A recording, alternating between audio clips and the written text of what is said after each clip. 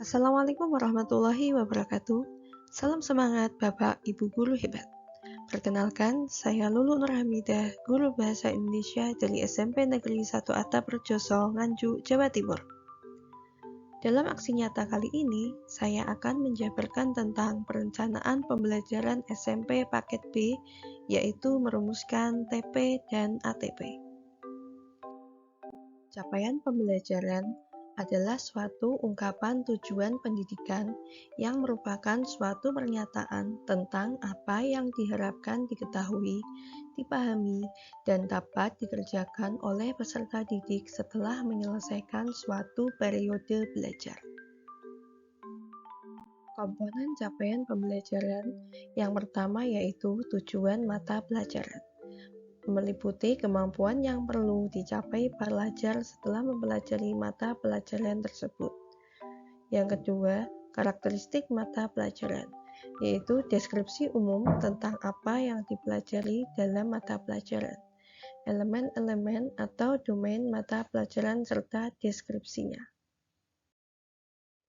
Adapun komponen capaian pembelajaran atau CP meliputi alur capaian pembelajaran setiap turunan CP dan juga alur konten materi setiap tahun. Adapun manfaat capaian pembelajaran yaitu pembelajaran yang fleksibel, pembelajaran yang sesuai dengan kesiapan peserta didik, dan pengembangan rencana pembelajaran yang kolaboratif. Cara memahami CP dapat dilakukan dalam beberapa cara. Yang pertama yaitu memahami konsep yang ada dalam rasional mapel, tujuan mapel, dan karakteristik mapel dengan membuat mind mapping. Yang kedua, kompetensi apa saja yang perlu dimiliki oleh peserta didik untuk sampai di capaian pembelajaran akhir fase. Yang ketiga, apa kata kunci yang penting dalam CP.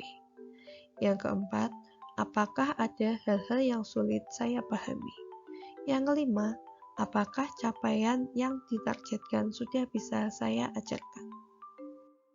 Berikut adalah capaian pembelajaran bahasa Indonesia. Tujuan pembelajaran merupakan deskripsi pencapaian 3 aspek kompetensi, yakni pengetahuan, keterampilan, dan sikap yang diperoleh siswa dalam satu atau lebih kegiatan pembelajaran. Disusun secara kronologis berdasarkan urutan pembelajaran dari waktu ke waktu yang menjadi prasyarat menuju CP.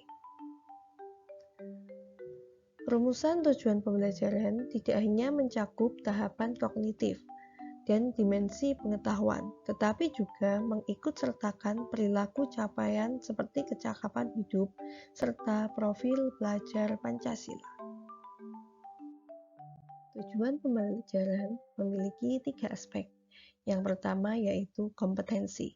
Kompetensi adalah kemampuan yang dapat didemonstrasikan oleh siswa atau diaktualisasikan dalam bentuk produk atau kinerja yang menunjukkan siswa telah berhasil mencapai tujuan belajar.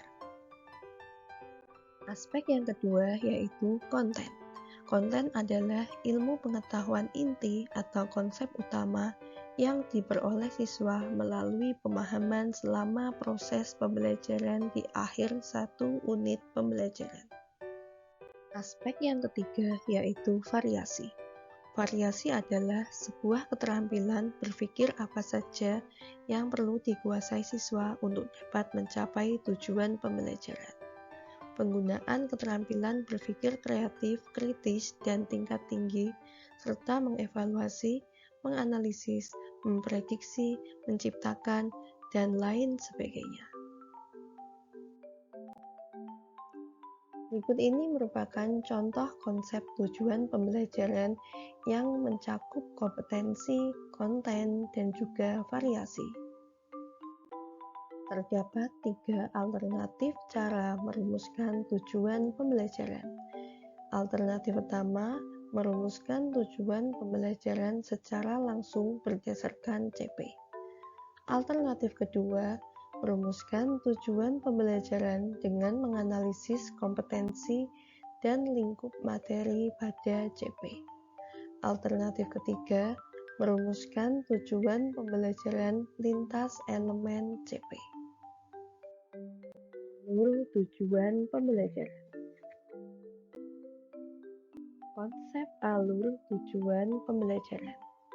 Capaian pembelajaran adalah kompetensi yang diharapkan dapat dicapai oleh siswa di akhir fase.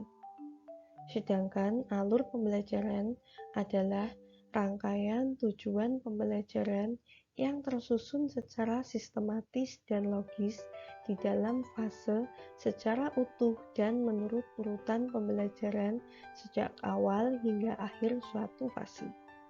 Alur ini disusun secara linier sebagaimana urutan kegiatan pembelajaran yang dilakukan dari hari ke hari untuk mengukur CP. Capaian pembelajaran menjadi dasar penyusunan alur dan tujuan pembelajaran. Alur pembelajaran disusun untuk menjadi rangkaian tujuan pembelajaran sejak awal hingga akhir setiap fase dari suatu capaian pembelajaran. Cara menyusun TP menjadi ATP terbagi menjadi dua cara.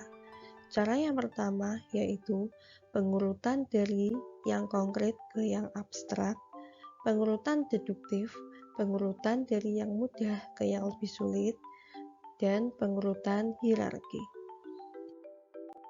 Cara yang kedua yaitu dengan pengurutan prosedural dan juga scaffolding.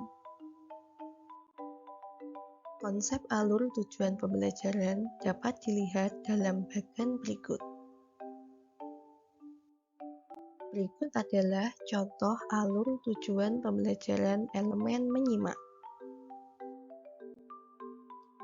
Sedangkan contoh alur tujuan pembelajaran berikut yaitu elemen membaca dan memirsa. Berikut adalah kegiatan penyebaran dan umpan balik aksi nyata CP dan ATP yang saya lakukan. Kegiatan penyebaran yang saya lakukan yaitu berdiskusi dengan teman sejawat guru bahasa Indonesia, kemudian berlatih menyusun TP dan ATP. Berikut adalah umpan balik dari teman sejawat guru bahasa Indonesia. Demikian penjelasan dan rumusan dari alur tujuan pembelajaran dan tujuan pembelajaran yang saya buat. Semoga bermanfaat. Saya akhiri. Wassalamualaikum warahmatullahi wabarakatuh.